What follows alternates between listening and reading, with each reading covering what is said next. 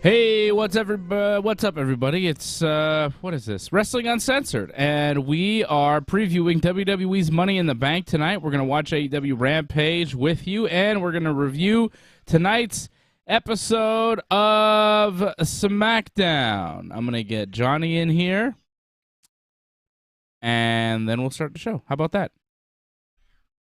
I said, how about that? How about that?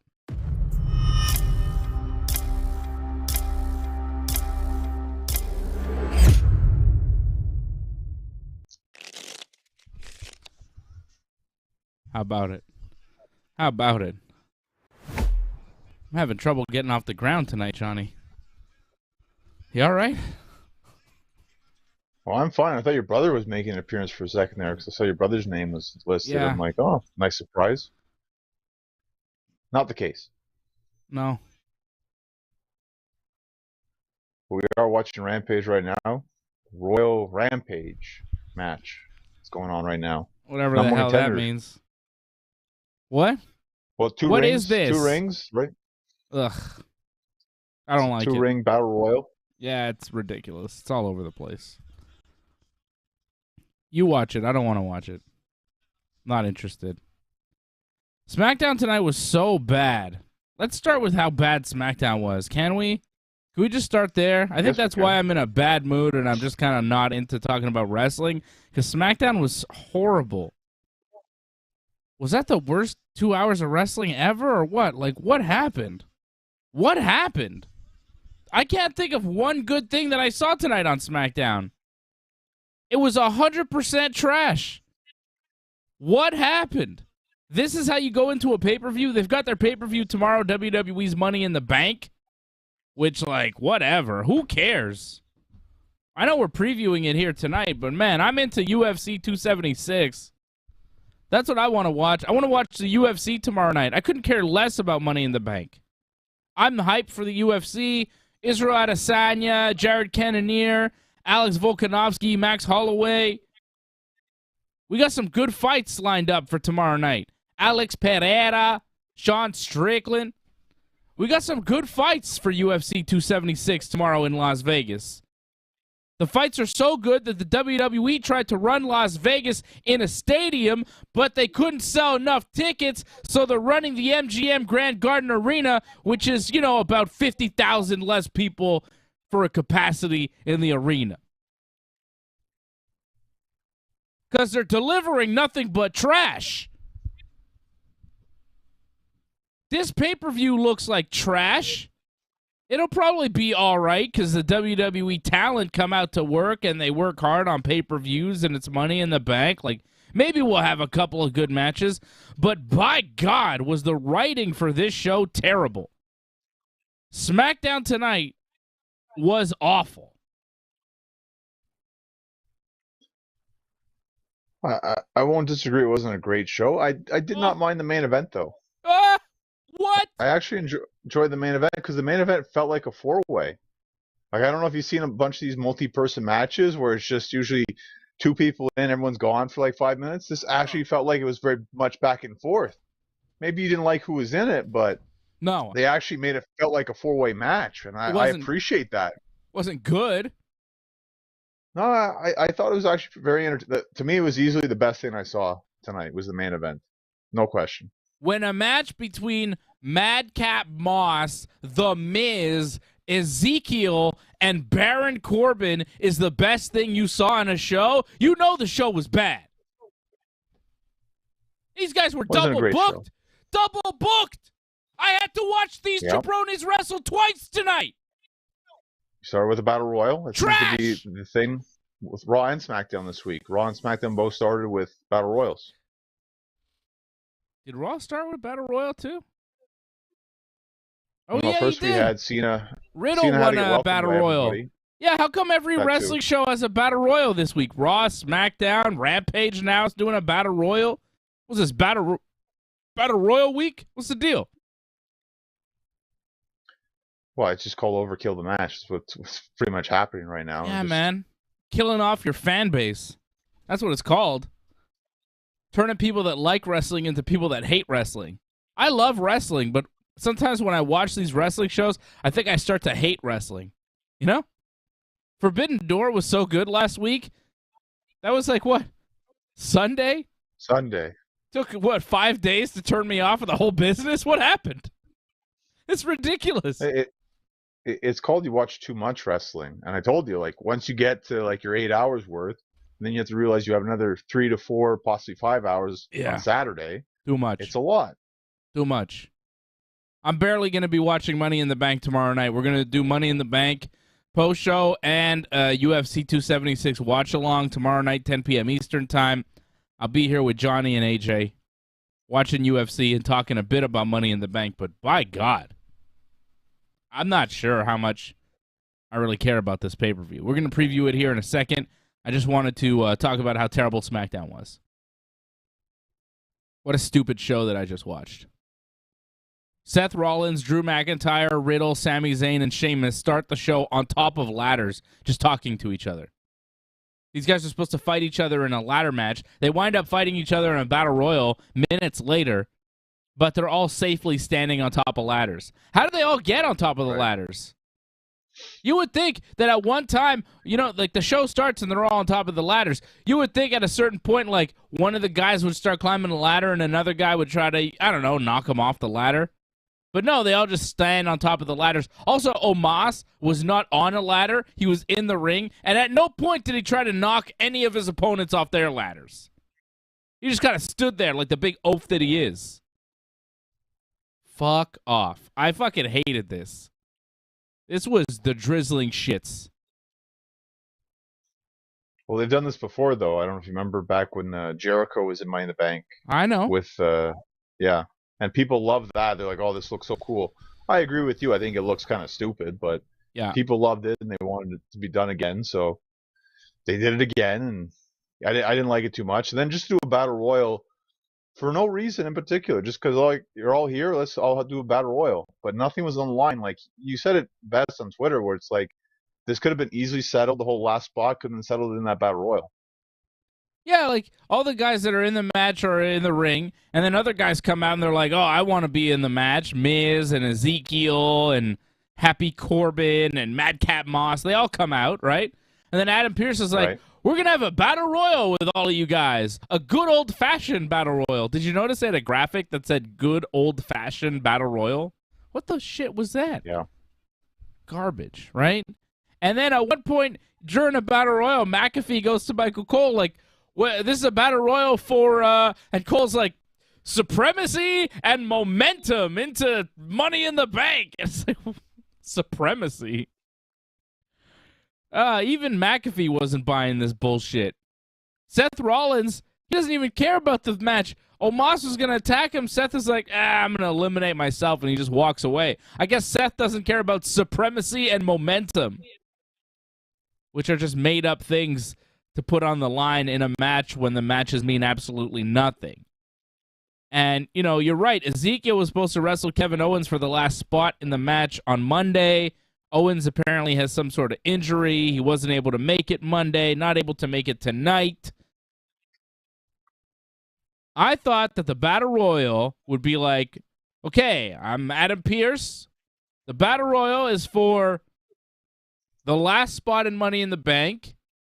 And if you win the Battle Royal and you're already in Money in the Bank, you can choose who the last guy, like you could choose, or maybe you could choose for there not to be another man to make it easier on you. That'd be better. Yeah. Just make it 6-way. Yeah. Or 7-way. Isn't it 7-way? It's 8 guys. Well, it's a 7-way now, right? Or is it 8? I thought it was 7, but it is 7. 8, yeah. Why is it 7? What is that? 7? It's 6 I'm sure or 8. It's been 7 before in the past. I don't think so. 7 in the past. 7? 7? Does it matter? Like, I mean, no, it doesn't 6, 7, matter. or 8? Like, nothing matters, John. Nothing matters. None of this dumb shit matters. I wish it mattered, but it doesn't matter because it's stupid shit. Seth freaking doesn't care about supremacy. He's leaving. I'm out of here. So they could have done it. Yeah. If you win the Battle Royal, like Seth, if you win the Battle Royal, or Drew, if you win the Battle Royal, you get to make it a 6-way. There's no 7th man in the match, right? And if you're not in the Battle Royal, Ezekiel, or if not in the Money in the Bank, Ezekiel, Madcap, Corbin, and Miz, you get to be in Money in the Bank if you win the Battle Royal. And then Corbin winds up winning the Battle Royal, yet still doesn't get the spot in the ladder match because they're backstage with Adam Pearce, and they all want a spot, and he's like, we'll do a 4-way. It's like, you're double booking Corbin, Madcap, Ezekiel, and The Miz. 4 of the guys that I don't ever want to see in the ring ever. I don't want these guys to wrestle. I don't think these guys should be allowed to step in between the ropes. That's how much I hate them. That's how much I hate them as professional wrestlers. I mean, the men themselves, I don't know them, so I don't hate the guys, you know? But the performers, the wrestlers in the ring, I hate watching them wrestle. It's not personal. I just don't like to see them ever. They're terrible at wrestling. They were already allowed to wrestle for several minutes on TV, and now they have a match by themselves?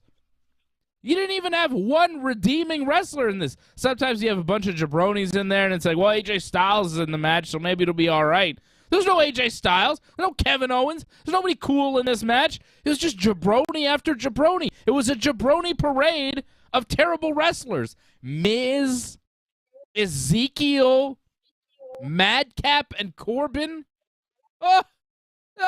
And that's how you main event SmackDown? Where's the Tribal Chief? Where's Roman Reigns? We need him back to make this show better. And this proceeded a segment with male models meant to titillate you.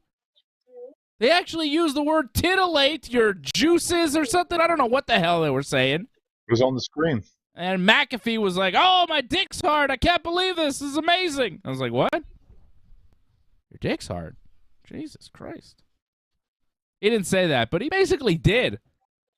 Is he gay, Pat McAfee? Or something, didn't he? Is he gay? I didn't know he was gay. I don't think he is. Maybe he's bisexual. I was not aware. But he seemed very aroused by those male models. Was that a joke? Was he just playing it up for the crowd? I don't know. I didn't know he was gay. I don't know if you noticed. He was like like he was trying to say off his little spiel, and like he was like laughing a lot. You could tell. Like I think he tried to turn off his mic, but you could hear him laughing through Mike Cole's mic. Oh. Like it was really bad. And that was my big problem with that whole segment. It's like you're trying to get something new over and the commentators are laughing through it. It's pretty bad when I don't know what this is supposed to be. Are they trying to tap into their gay male audience? Because I know that I'm sure there's a pretty I mean, I don't know how big it is, the segments of people watching this that are gay men, but this seemed like a segment for them. It's like, oh, look how handsome, and look at the body parts, and these are men, and look at all this. And I was like, what? I don't understand who this is supposed to be for. Is this a joke? It wasn't funny, so it didn't really seem like a joke. I guess it's for the women, maybe, but it seemed more kind of geared to men. It was odd. It was a very odd segment with Mace and Mansoor as the models. I mean, it's all fine. I got no problem with it, but it's confusing. I don't really understand what was going on. I guess it was supposed to be a joke, but the way it came off to me, I was like, oh, I guess they're trying to appeal to the gay community, which is cool. But maybe not. I think they're trying to be. I don't know what they're trying to do. Like experts, they were trying to show off what they know about fashion. I think. I didn't think it was anything particularly good, but it was so bad. I think they're making fun of fashion and male models and stuff. I think it's like a joke. It's like a gay panic type of gimmick, which is so passé and old that we really shouldn't be going there. But that's what it seems like they're doing. A subtle, old-timey gimmick. It's horrible. It was really bad, you know? Beyond being a little bit confusing as to who they're trying to target with this gimmick, it was really boring, too. I kind of tuned out. I don't care to see Mace posing in pants or Mansoor posing with his little bag. I mean, he looked kind of cool with the bag, but I don't know. I believe you know what it's. What the hell? Mansoor, I think it's his new name now. Is it not? Who cares? It doesn't matter what his name is. Did Brody King just win a battle royal to get a title shot? Brody King won that thing? Hangman was in it. Darby Allin was in it. A bunch of guys were in it. And Brody King won? Well, Brody King eliminated Hangman. And he eliminated Darby Allin at the end. Why? Well, think about it. Who's going to face Moxley? Hangman? Darby? Somebody more... Not those guys. Somebody more worthy? Brody King. Oh no, it's gonna be a heel. Oh yeah, he's got a real shot at beating Jon Moxley for the title. That's good. Good stuff. Well, to be fair, like, does anyone have a shot? Like, it's gonna be Punk and Moxley down the road. So I mean, don't need to give Allen or Hangman another big loss. I don't know. I guess you're right, but it's just when those guys are in it and Brody King wins, it's like, huh? All right. Well, that's good, though. Rampage is halfway done, John. Rampage is halfway done, and that's good for me. You know, that Battle Royal took up most of the show, and that's fine. Let's just get through it. Finish. Madcap Moss winds up winning the four-way at the end. Corbin hit his finisher on Ezekiel, but Moss threw Corbin out of the ring, stole the pin, won the match.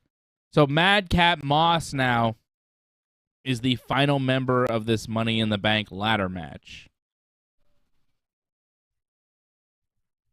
Yeah.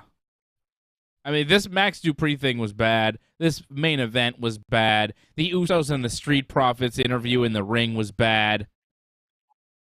Sonya Deville's thing with Adam Pearce, I mean, I don't even know what that was. She's mad that she was put in a 2-on-1 match last week, and she complained to management, and then she slapped Adam Pearce. Liv Morgan, Alexa Bliss, and Asuka beating Shotzi, Lacey Evans, and Raquel Rodriguez. That was my favorite part of the show because Becky Lynch was on commentary, and she was pretty good. That was my favorite part of the show. Her and McAfee said something because they both got censored. Did they? Like twice almost, too. Yeah. Like, it sounded like they were calling Mike Cole a pee hole, and then they said something else, and that got bleeped. What's a pee hole? I don't know. Like the hole that your pee-pee comes from? There you go. But they didn't get censored for that. They got censored for something else. It was weird. But I liked it. I like Big Time Bex. Well, she's not Big Time Biceps, whatever that name was. That was kind of stupid, but whatever. I don't like this idea, and this happened twice this week on Raw. or just WWE, like where you just have someone come out and do a promo and just destroy everybody who's like watching or looking at you. So everyone who's in the ring is garbage. Yeah. So yeah, now we get to watch them wrestle. So yeah. it's just kind of stupid when you do stuff like that, I find. And then Becky comes in and hits Asuka with her manhandle slam after the match, and she's like, "See, you guys all suck." And nobody did anything to Becky. They didn't do anything to her. They just watched her do it, and they're like, "Oh, I guess Becky's doing a move on Asuka now." Not a fan of that. Like, if everyone's gonna be in a match and you try to put everyone somewhat on an equal level, like that doesn't really work when stuff like that happens. It's just clearly Becky's the star of this match and like pretty much carrying everybody. Yeah. I mean, she is though, isn't she? Look at this match. Lacey Evans. What has Lacey Evans done since she started? Like, she's been quiet. They tried to do this gimmick with her with the promos and the sympathy. It stopped. Yeah. I don't know if she's a heel or a babyface anymore. She's just there. She's part of the crowd. Raquel Rodriguez, same thing, part of the crowd. Shotzi exists, I suppose, more than Aaliyah, but just barely. Liv Morgan is, one of the bigger stars, I suppose, in this match, which says a lot.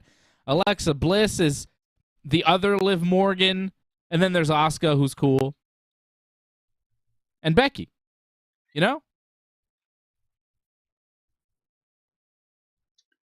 Yeah, I think it might be a decent Money in the Bank match. I think it's probably going to start the show, but I think and just as you saw with the 4-way tonight, like it's just going to be better with the men's, just because they're going to do a lot more crazy stuff. I think because a lot more of those guys are experienced this kind of match. And maybe some of them have been in this Money in the Bank ladder match before, but it's not really their forte to do this kind of match. So they've done it, they'll do it, but I'm not expecting the greatest women's Money in the Bank ladder match tomorrow. Honestly, I'm not expecting great ladder matches from either crew, the women or the men. Let's get into it, because this is some trash, John. The men's match, okay? Seth Freakin. All right, thumbs up. He's a good wrestler, good in the ring. His promos are a little weird and whatever, but he can wrestle his ass off, right? He'll be good in the Money in the Bank. Match. He could do this match. Yeah. Drew McIntyre. Is he a ladder match guy? I don't think so. I wouldn't say that, but he's had a bit of experience in this, and I feel like when you have guys like Seth Franklin, when you have Riddle, they can help make good spots with this guy, I think. So I think it'll be all right. So we have Riddle, who I think can go in this. We have Seth Freakin, and we have Samuel Zayn. I think all those guys can bring a lot to this match. Drew McIntyre. They're going to carry it. Yeah. But Drew, Sheamus, Moss. Sheamus is okay. In a ladder match? Although, so I have seen Sheamus in a Money in the Bank ladder match before. In person. I forget which one it was, but I've been to a couple Money in the Banks, and I saw Sheamus in one of them, and he was incredible. So yeah. Sheamus can do anything. Sheamus is one of the best in the world. So I want to take it back about Sheamus. But Moss and Omos, too many Mosses. Moss and Omos, they should be a tag team. The really Mosses. Oh, Moss. Madcap Omos. Madcap Omos. The Moss of Moss. I don't know. Moss. But they suck, right? They're both bad at wrestling. I don't really like them when I see them on TV. I was giving Omos the benefit of the doubt for a while, but at this point, I've had it. Omos, all these guys, Omos, Commander Aziz, it just goes to show you nobody appreciated Big Show enough in his time. Because, find me another 7-footer that could do what Big Show can do. I'll wait. Doesn't exist. Big Show was one of the greatest giants in the history of the business. People didn't give him any kind of credit when he was doing his thing. And now you look at these giants that have come after him. The Braun Strowmans, the Omoses, the Commander Azizes, the Satnam Singhs. They couldn't lace Big Show's boots. All these 7-foot giants, man, jabronis. No talent. No charisma. Omos has no charisma, no wrestling ability. All he has is his gigantic frame. You know what I mean? Like, if he were a foot shorter, he would be nowhere near the wrestling business. Fine, but, you know, he is who he is, and, like, he works in this kind of match, because we've seen this in the past. You throw in a Big Show, you throw in a Kane, I want to say even, like, maybe a Mark Henry. Like, there's a role for them in this kind of match. Like, they're obviously not winning this kind of match usually. Kane won one, but that was about it. But usually, like, they just go in there, they do a bunch of power moves, and they got ambushed and probably buried under a table or a bunch of ladders. That's the common, usual big man spot for the Money in the Bank ladder match. So it just, you know, it's kind of just what way it is now. Way it's been for a couple of years now.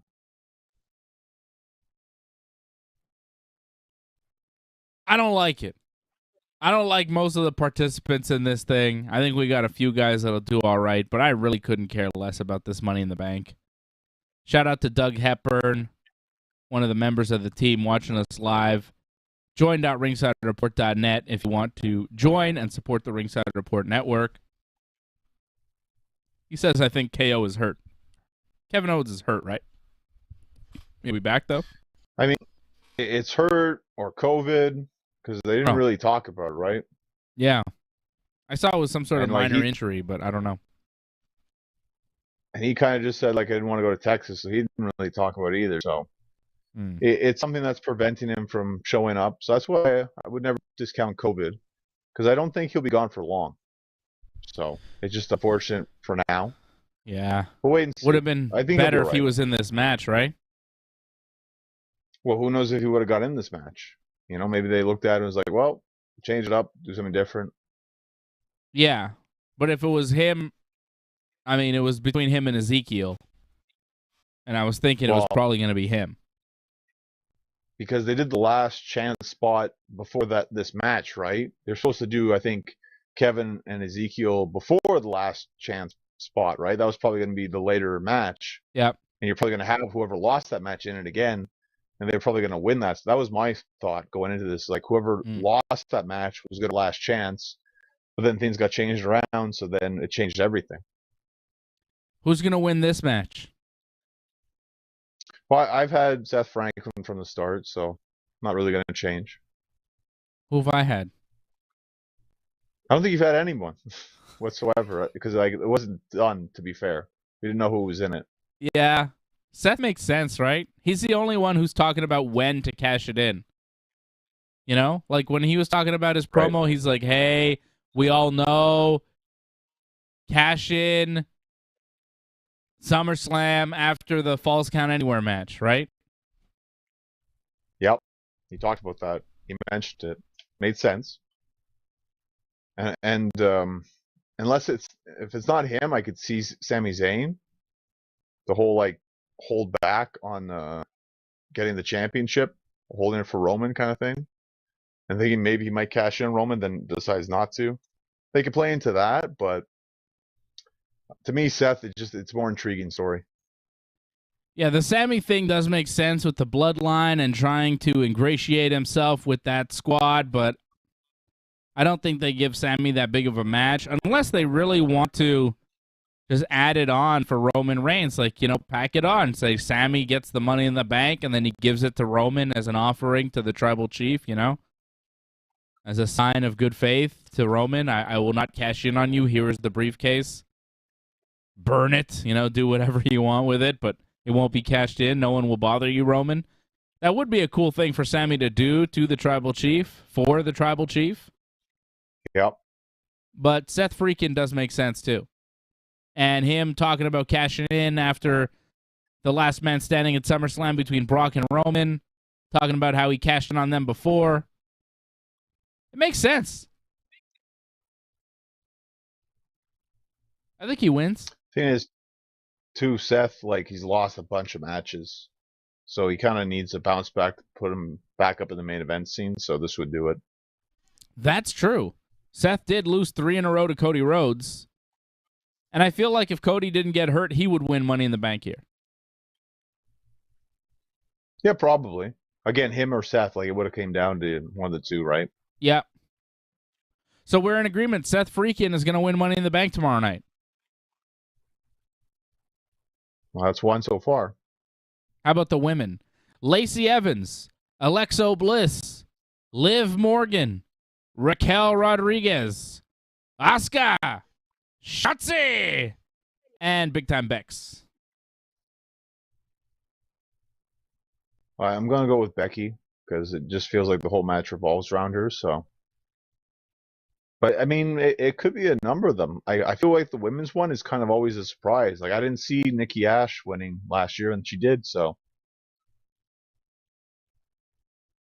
I could see Raquel Rodriguez winning. Right? Like they started her off with Ronda. You know? Yep. Like her first match on SmackDown was against Ronda, wasn't it?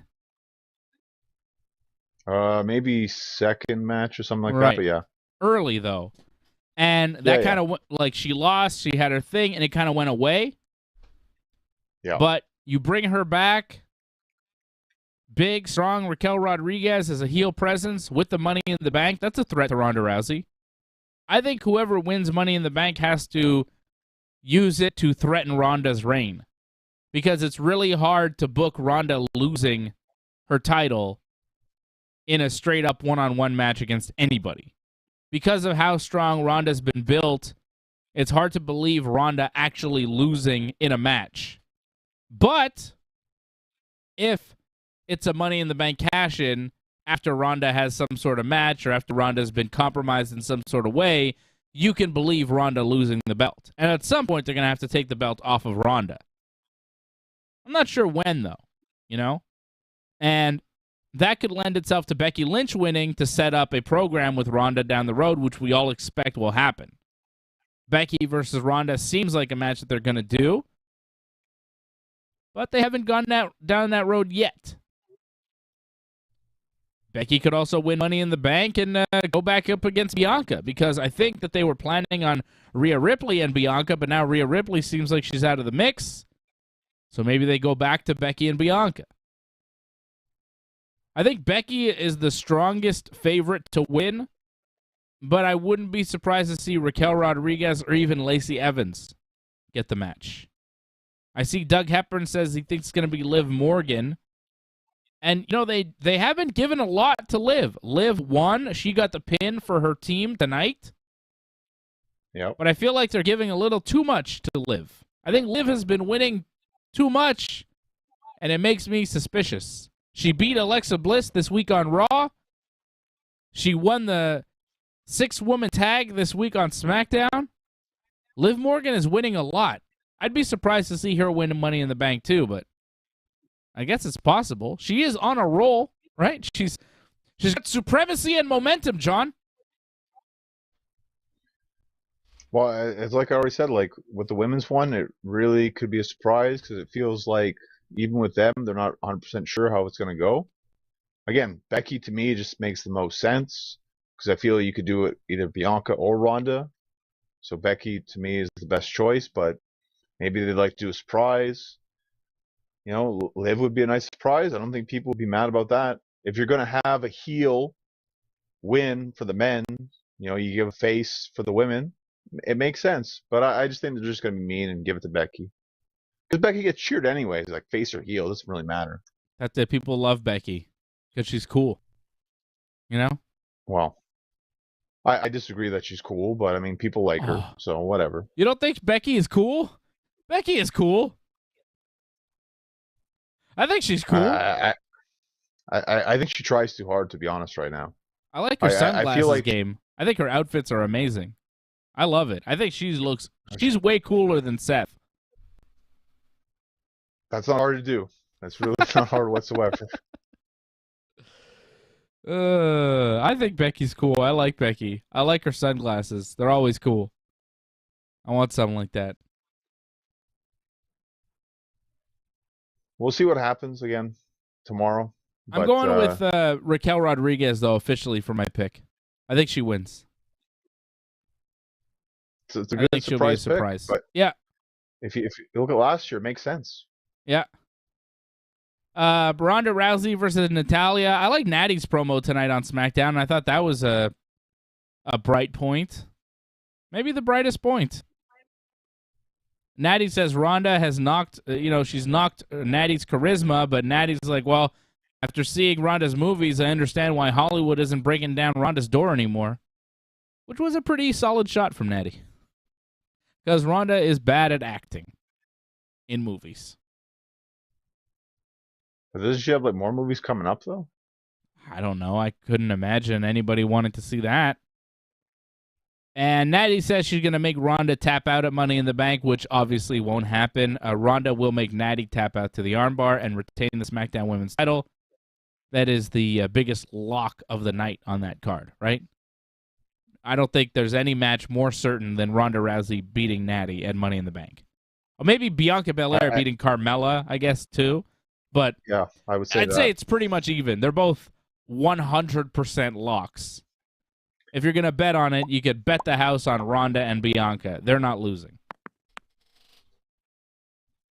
But I give it more to Bianca because I feel like Carmella, because she was just thrown into this out of nowhere. Like, there's definitely no chance. When we've seen this match before, too.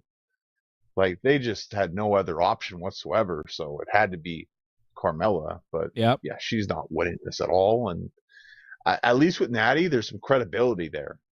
And there's a history with Ronda, so it's like maybe they could actually drag it into something. But more than likely not. More than likely, Ronda's going to win this one. But Natty never wins, man. And Carmella wins sometimes. You know? I don't know, Money in the Bank and stuff. She's been on top for a while. It's been a while, but I don't know. Like, Natty was always the match. This was always the plan. The initial plan for Bianca was Rhea Ripley, and a lot of times when they switch up the match, they give you a title change. That's for faces, though, not so much for heels. Like, you're probably right. I think Bianca beats Carmella real easy, but honestly, if I were to pick one of the women's title matches where the title was most likely to change, I'd say Bianca and Carmella over Ronda and Natty, but I don't think the title changes in either match. I'm going to guess that the Ronda and Natty match is going to be way better than Bianca and Carmella, too. Oof. Oh, well, yeah. Like, if anything, that's the weakest match on the whole show is Bianca-Carmella. Yeah. The best case for that is just make it short. Even then, I worry. Usos defending the undisputed tag team titles against the Prophets of Street. They did a promo tonight in the ring. Game show. Is that what that was? That's what the announcer said it was. We have a bit of a game show here tonight. It didn't seem like a game show of any sort. I don't know what the hell that was. Ask the wrestler. That's what it seemed like. I didn't like it. It was not a good promo. Right? I didn't like it either, but, because they've overdone face-to-face. Like, they've done it so many times that they had to introduce some sort of new concept, so it didn't feel like they were doing stuff over and over again. Didn't feel new. Wasn't great. Didn't feel fresh. The only thing I got out of it was at one point, Kayla, who was doing the interviews, said, oh, I hear you guys, Street Profits, aren't getting along so well. And I was like, what is this? Are they trying to break up the Street Profits? What was that? Did you pick up on that? And they're like, no, we're all good. We're getting along. It must be the dirt sheets that you're reading. I was like, what is this? Were they alluding to something in the dirt sheets? Was this... What was this?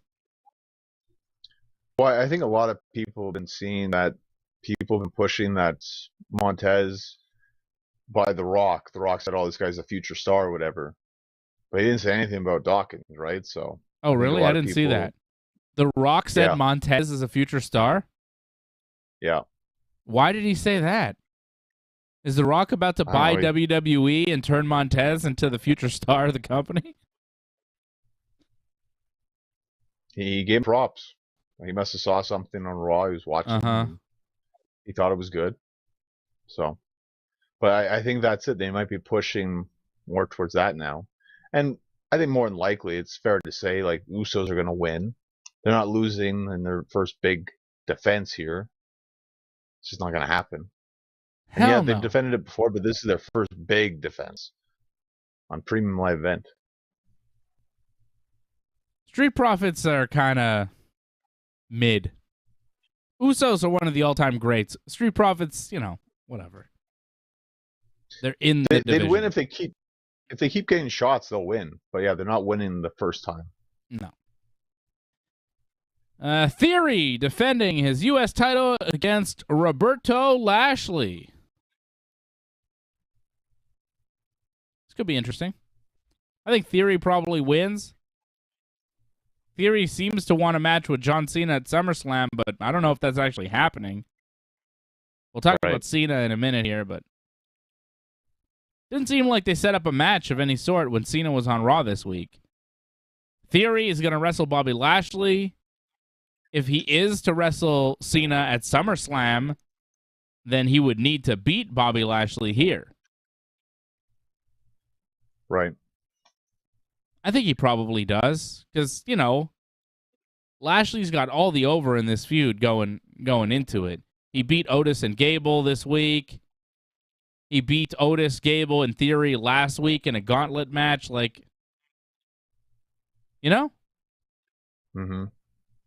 Lashley's won everything, so I assume that Theory will win in the end. But whatever. Well, I don't think there's gonna be a title change, but because what Cena didn't do, he didn't help set up a match. He just had a confrontation with Theory, and it sounded like from what he was saying, he didn't know when he was going to wrestle again. So it sounds like SummerSlam isn't going to happen. So I'm thinking Lashley and Theory, this might be extended. So I wouldn't be surprised there's like a DQ or a non-finish here, and we get another match at SummerSlam.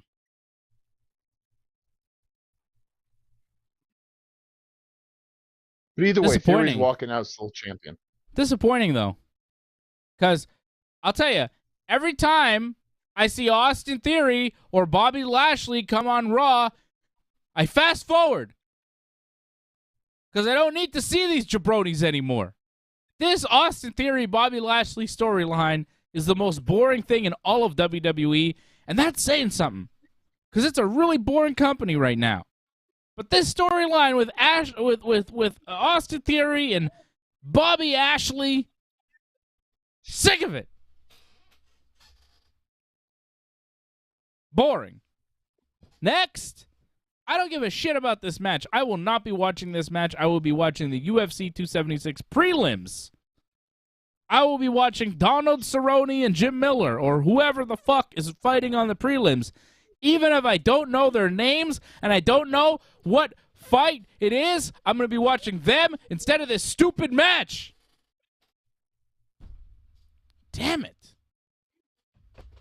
Talk to our buddy Jeremy Prophet, who's a great wrestler, Our boy Jeremy. He's out in Vegas right now, taking in the action. He told me there's plenty of buzz for the UFC. Hasn't heard anybody talking about Money in the Bank in Vegas.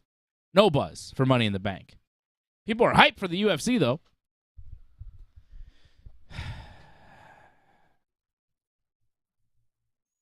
Vince McMahon making the good choices, making the right moves.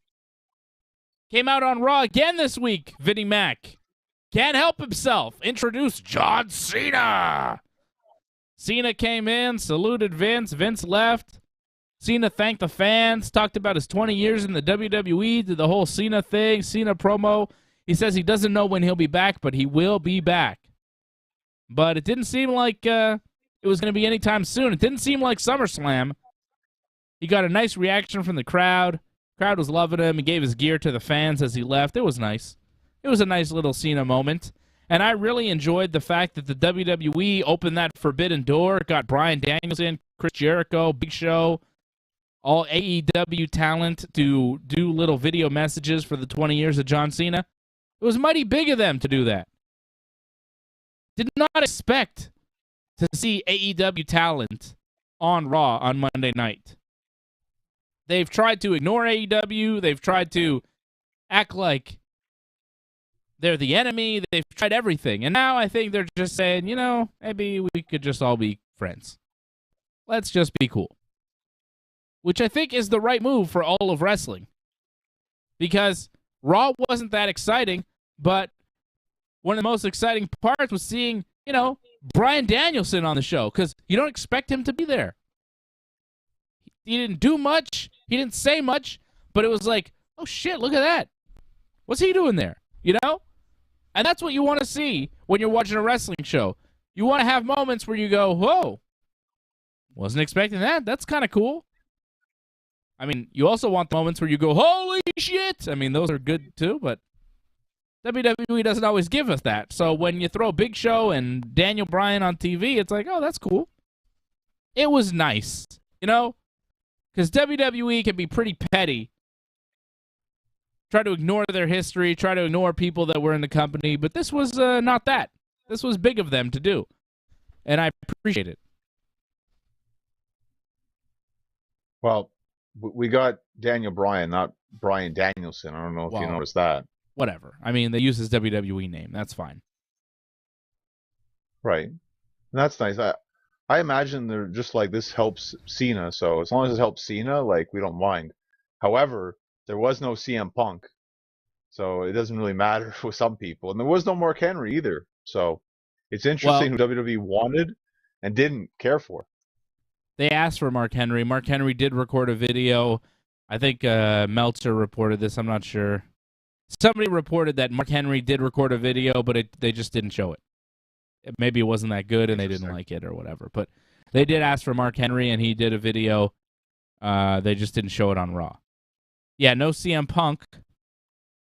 But I think a lot of those videos, I guess Bryan's was recorded at his home. Jericho's was recorded backstage. Apparently it was right after he shot the fireball into Shota Umino's face because he's a wizard. It's cool, though. It's a cool thing. Oh, CM Punk wasn't there. Whatever, big deal. They showed Bryan, they showed Show, they showed Jericho. It's cool. It's cool. It makes the John Cena celebration, 20 years of Cena, seem special, doesn't it? It made it more special than if they just did the regular whatever else they did, right? It added something. Yeah, it did. I mean, they already have the video package, and that's fine. And they had Cena entrance before he even came out and did it. And then they have another entrance to come out. I just felt they did it a little too much, though. You don't need to have, the whole roster, most of the roster, welcoming Cena, and then everyone again welcoming Cena on his entrance. Again, it just feels like everyone is below him. Not even close. Some people can, it's fine, but all the faces, all the heels, maybe just the faces, that's fine. Didn't need to be all of them like that. And he kind of snubbed a couple of them, too. I don't know if you noticed that a little bit. Yeah. I like the beginning when Cena's walking into the arena and everybody's just cheering for him. All the wrestlers are standing on the walls just watching Cena and applauding. And he, goes and shakes some people's hands, but other people he just kind of walks by and doesn't even act, acts like they're not even there. Yeah. Yeah. That was funny. But whatever. It is what it is. I don't care. He also did it with the fans, too. It's if you're a kid, he'll go right up to you. If you're an adult, no, screw you. Yeah, well, he's for the kids. Cena's for the kids, I like at one point, Cena's walking backstage, and he's seeing this guy. He's seeing Rey Mysterio. He's seeing R-Truth. He's hugging them. And then he walks by a guy, and he's like, oh, wait a second. And he walked back, and he was like, oh. And it was Billy Kidman. You have to give mad love to Billy Kidman. He's like, oh, Kidman, That was cool. I appreciate, because it felt kind of real. It felt like the guys that Cena would really kind of go out of his way to say hi to. It didn't feel like, okay, John, you're going to shake this guy's hand, then this guy, then this guy. It felt like John walked through and, whoever you see, greet them. It was all right. I liked it. I liked that part. I didn't like when they did the introduction of Cena in the ring, when Vince introduces him and everybody's standing there. All the women are standing and the men are standing on the, on the ramp. But Carmella and Miz is there, and he's cheering for Cena for some reason. But Carmella and Bianca, who just got into a physical confrontation, right? Yeah. They're standing right there. They're standing a foot away from each other, and they're just cheering for John Cena. They put their differences aside for the good of John Cena. It makes everything else seem fake and lesser than. It's too bad. But, that's nitpicking. The faces, it's fine. It's just the heels. It's like, it really put everyone down. It just made, feuds, meant they were nothing doing stuff like that. Because John Cena's there, so whatever is going on, who cares? John Cena's here. Again, faces, it's fine. Heels, not so much. I guess we're not getting John Cena at SummerSlam, though, because Austin Theory got in his face, said some things, how he's out of touch, then he went to take a selfie with him, and Cena disappeared. You can't see him. And then that was it. I guess Cena's not going to wrestle at SummerSlam. Because I feel like if he was going to wrestle at SummerSlam, he wouldn't have said all that stuff about, I'll be back, I just don't know when. And he would maybe got physical with Austin Theory, hit him with the attitude adjustment or something. Or maybe taking a beating from Austin Theory or something to lead into a match. But that did not happen, which makes me think, no Cena. SummerSlam's 4 weeks away, so. Yeah, it's not far.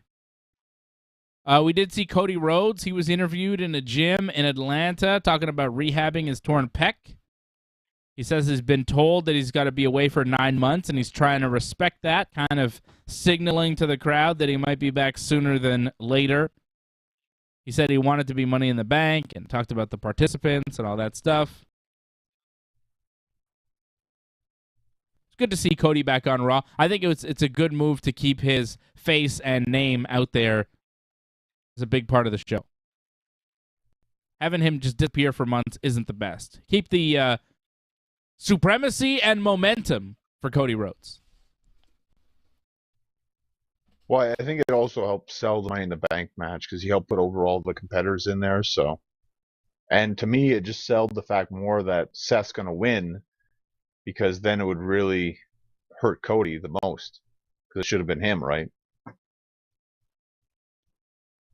Yeah, I think you're right. I think it will be Seth. Toni Storm just beat Nyla Rose, and then Marina and Nyla Rose started beating up Toni Storm, and Thunder Rosa made the save. They already wrestled, though, didn't they? Thunder and Toni? That was at the pay-per-view, yes. Yeah. So they're going to wrestle again? Are they going to team now or something? I don't know. Who cares? Sounds like a tag. Maybe it'll lead to another match, possibly. Yeah. I mean, the next pay-per-view is in September, so it's a long ways away. Thank God we get a long break from those marathon AEW pay-per-views. Although the last one was not so long, and it was pretty damn good. I loved Forbidden Door. And we'll see what I think about WWE's Money in the Bank going down tomorrow night. We've done the preview. We've broke it all down. I guess we could talk a little AEW as well. Before we do, though, how about Logan Paul signing with the WWE? Seems like a multi-event, multi-match deal, not just for SummerSlam. Miz cut a promo talking about Logan Paul and saying that they're going to team up at SummerSlam and that they're going to be undisputed tag team champions one day. Then AJ Styles winds up beating The Miz by countout after Miz bailed on the match.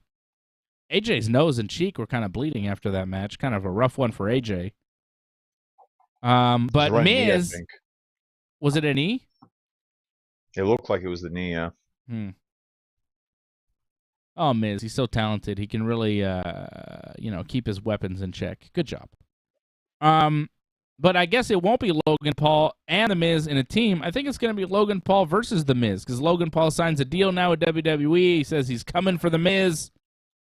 I think it's going to be Miz versus Logan one-on-one because Miz did hit his skull-crushing finale on Logan Paul after their WrestleMania match. Miz said it was just a lesson and that they're all cool, but I think Logan Paul wants revenge. And I guess is going to come into the WWE as a babyface. Ooh, good luck with that. Yeah. WWE signs a big star and already not sure how to use him. Put him up against The Miz as a babyface. I think that's going to be a SummerSlam match, though, right? Logan Paul versus The Miz. Logan Paul's a heel. WWE needs to figure that out. Maybe they'll figure it out when The Miz is treated like the babyface for the SummerSlam crowd. You know what I mean? Like, when they do that match, the fans, wrestling fans, are going to cheer for The Miz because he's a wrestler.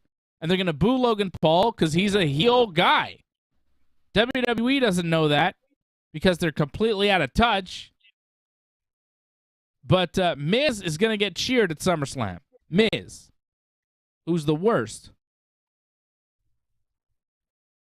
But good for them signing Logan Paul because he's a big star. I talked about it a little bit last night on Ringside Report MMA. You know, he's a guy that people follow. When he does his boxing thing, people tune in. When he does his videos on YouTube, people watch. When he does a podcast, people watch. His fans follow him anywhere. So hopefully they'll follow him to the WWE and get more WWE fans. That's the name of the game. Try to bring more people into the show. Hopefully Logan Paul can bring in more fans to the WWE. And I think he's going to be good as a wrestler. Like, from what I saw at WrestleMania, he was pretty good.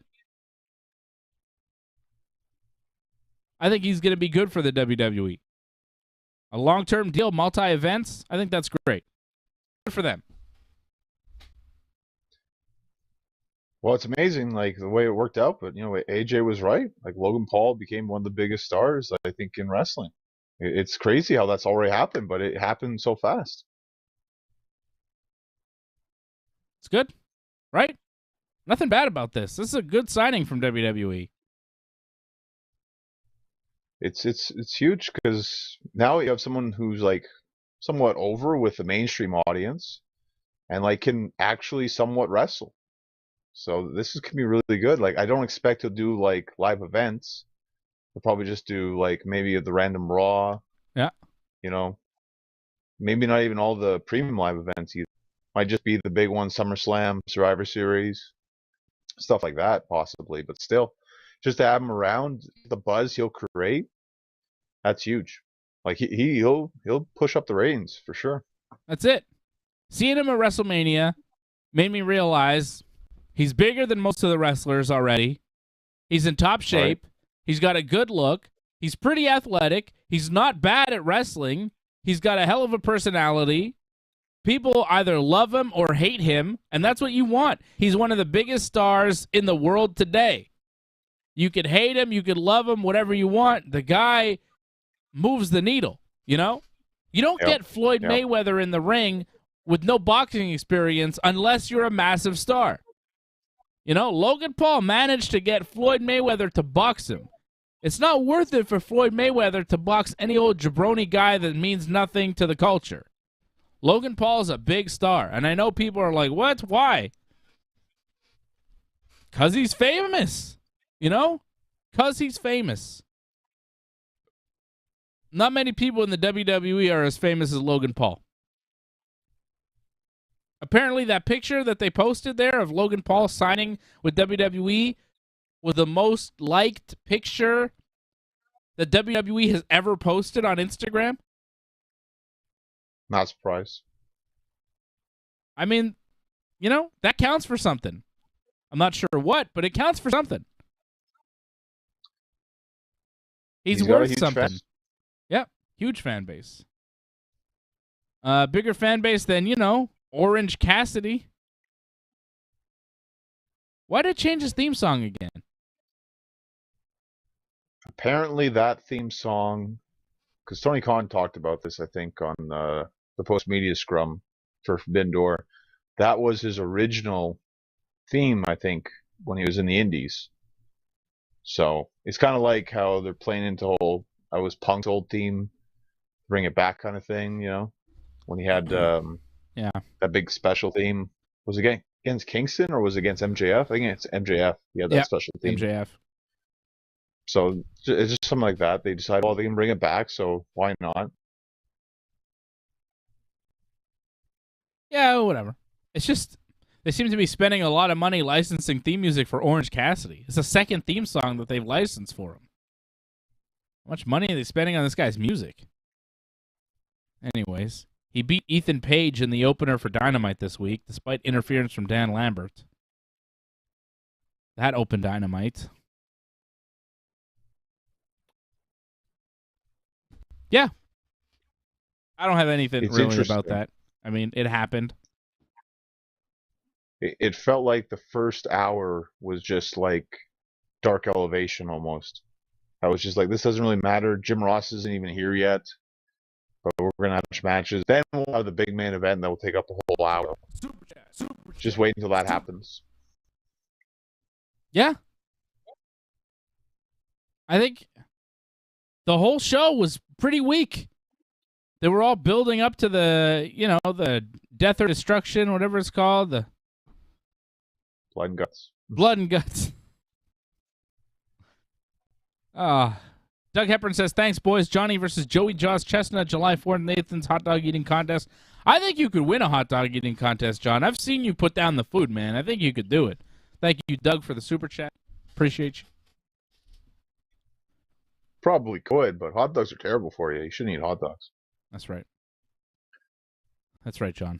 Yeah, the first hour of Dynamite this week was pretty bad. AEW not bringing it this week. They had a great pay-per-view last weekend, and then... the second hour, they did blood and guts, right? Claudio Castagnoli, Eddie Kingston, John Moxley, Wheeler, Utah, and Ortiz. No Santana, just Ortiz. Apparently those guys don't get along. Was he there? Oh, he got hurt. You didn't see that? That was horrific. I guess I missed that. He did a spinning rock bottom thing and his leg twist, and he was just down on the mat the rest of the match. And he's stuck in the cage too. That's the worst injury too. It's there's nothing you could do. The match hasn't even really started yet because people are still coming in, and he's just lying there. He can't do anything. Was that why? His ACL. Did he disappear afterwards? He disappeared when the ending happened, when they all came on top of the cage, because clearly he wasn't going to climb top of the cage, but he was lying down on the ring until they went up top on the cage. That match was chaotic. Cage, right? There's too much going on. There's a lot that happened. There's no question about it. Yeah. A lot of craziness. A lot of blood. Glass. Yeah. Thumbtacks. Thumbtacks, yeah. Everything. A lot of chairs. I think there was a table too, yeah. I think Hager went through a table. Sammy went off the top of a cage through a table. Well, that was the usual, big pad probably underneath kind of thing, but yeah. Still, it looked rough. They said, well, the height was very impressive to see that too. If you've seen the different angles, the fan cams and all that, to watch that live, that must have been incredible. Yeah. But I imagine he's okay though, because that seemed like it was a pretty big thing to land on. So, where do you rank this blood and guts match compared to the last one? Better? Same? Worse? Yeah, I thought this was better. Mm-hmm. I thought the other one, it had some good moments, but I wasn't as excited. And I thought the ending was a little too convoluted with the whole MJF thing, with the whole, I'll push you, I won't push you thing, or I'll give up and push him anyways. They played too much in the story here. And this, it felt like there was a bit of a mistake, but only because I don't think they realized if they were live or not. But for the most part, that's what the ending was supposed to be, was Kingston had the submission, was trying to beat Jericho, but Claudio beat him to it. Claudio had the submission on Daddy Magic. The sharpshooter, yeah. Yeah, and Daddy Magic tapped out, and that was the cause of the end of the match. Kingston and Claudio seemed to have beef, but then they seemed to kind of make up and hug when it was all said and done. So I don't know what we're supposed to believe with those two. Moxley helped them? Yeah, Moxley was talking to him, said that you have to go up to him and, make peace or something. He said something to him before the match even started. Mm-hmm. So that seemed to keep him level-headed. Is that then he story? was mad at the end a little bit. That's a story, right, with Claudio and Eddie Kingston? Because it seemed real, but it's not clear what's going on. Well, again, this happened on the Indies. I didn't really see it or whatever, but I guess it was just a lack of respect. I guess guys like Claudio didn't see Eddie Kingston as an actual wrestler. They just thought he was kind of a garbage wrestler. So, and I guess they didn't have any problems telling him that. So I don't think he appreciated that too much. And they had a lot of matches though in Shikara. Shikara, I want to say just in that area, New Jersey whatsoever, Chicago probably as well. Just beds in that area, they probably had a bunch of matches, but there was still just like a lack of respect. I don't know if it was because of Ring of Honor and they just felt he didn't fit the style, but there's beef there, and Kingston holds a grudge, and that's fine. It's probably going to play out in AEW, just not yet. It's confusing to me. I'm not sure, because I know they feuded on the Indies, so I'm not sure if this is just trying to play off their feud on the Indies or there's real heat. Because Kingston and Claudio, they had their feud on the Indies, but then Kingston has said things like, "Oh, Claudio should have put me over before he went to WWE," and he didn't. So I don't know if that's part of the story too that they're trying to build. It's strange. But it's also well, are they building a story between Claudio and Eddie? Because they're on the same team, so I don't really see how that works. But maybe in the next few weeks it'll play out. I don't know. It's odd.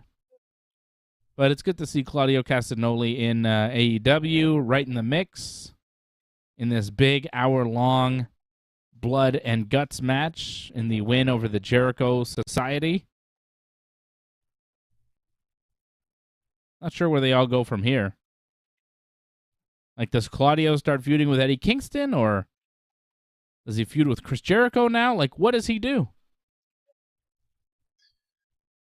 Well, I think he should start building himself up as a contender right now. Just go after challenges, build himself up in the rankings.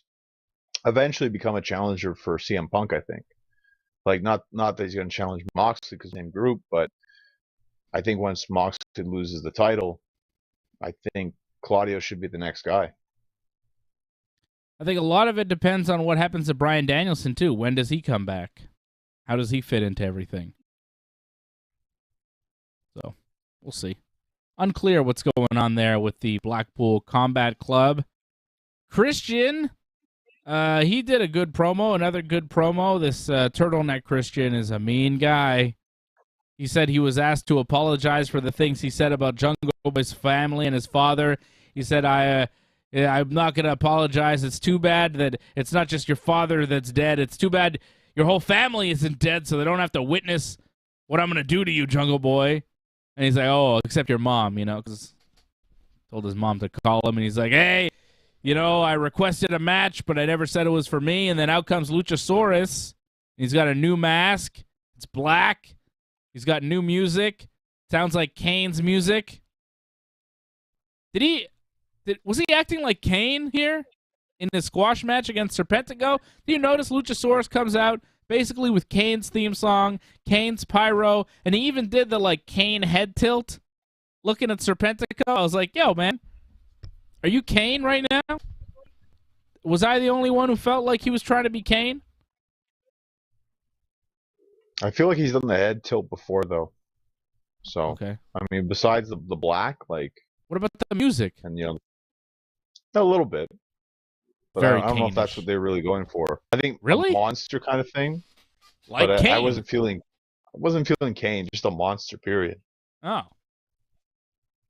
All right, well, I thought he was trying to be Kane, but I guess maybe that was just me. But I don't know. Watch it again. Listen to the music. Sounds a lot like Kane's music. He beat Serpentico in a squash. FTR and Danhausen beat Max Caster and the Ass Boys. A weird pairing there. FTR and Danhausen. It worked.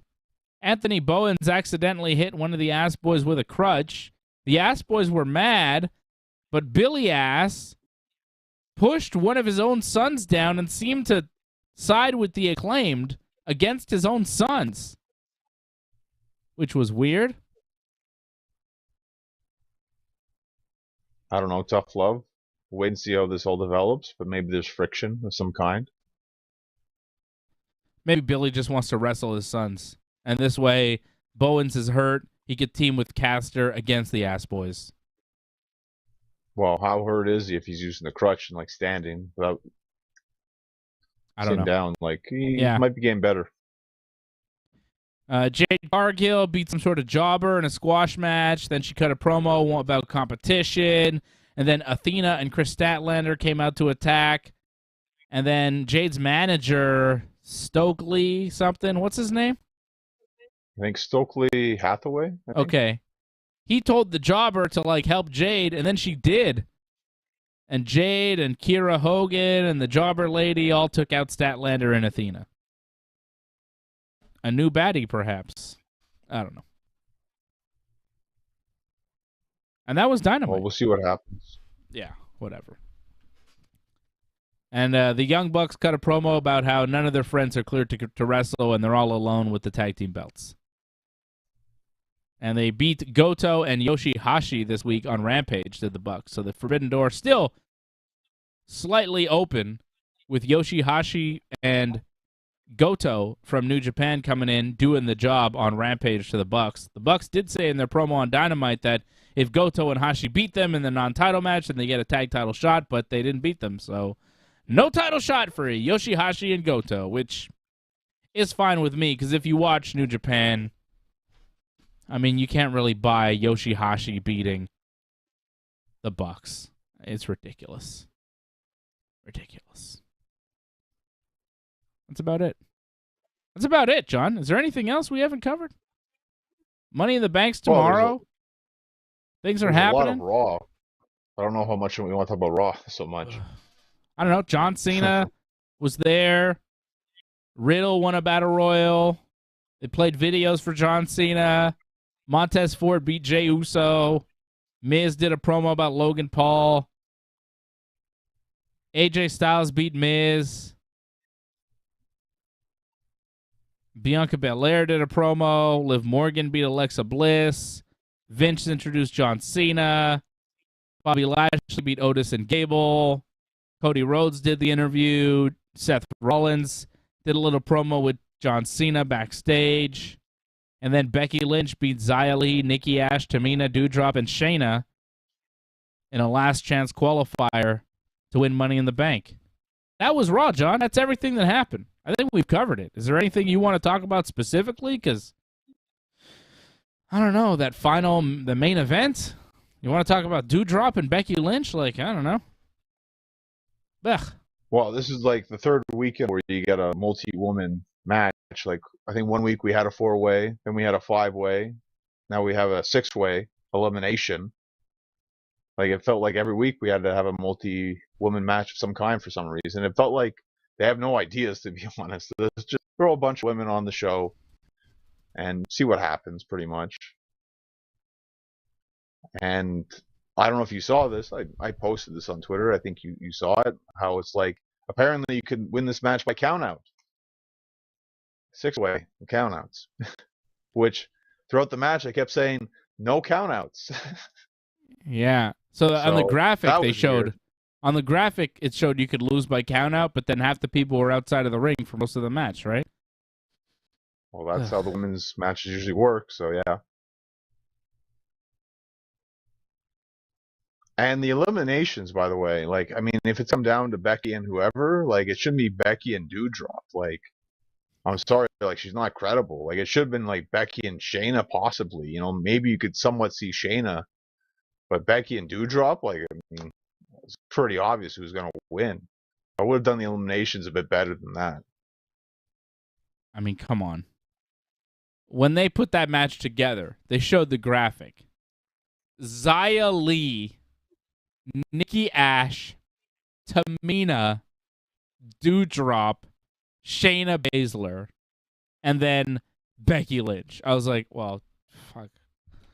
I mean, who's going to win this? You know what I mean? Like, it's obvious that Becky was going to win. She's in there with such jobbers. And it wasn't even like one fall to a finish where they could have not pinned Becky. This was elimination.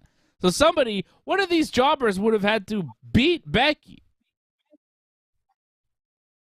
Come on now. Which wasn't going to happen, obviously. No. But still, I mean. As soon as they booked that match, you knew what was going to happen.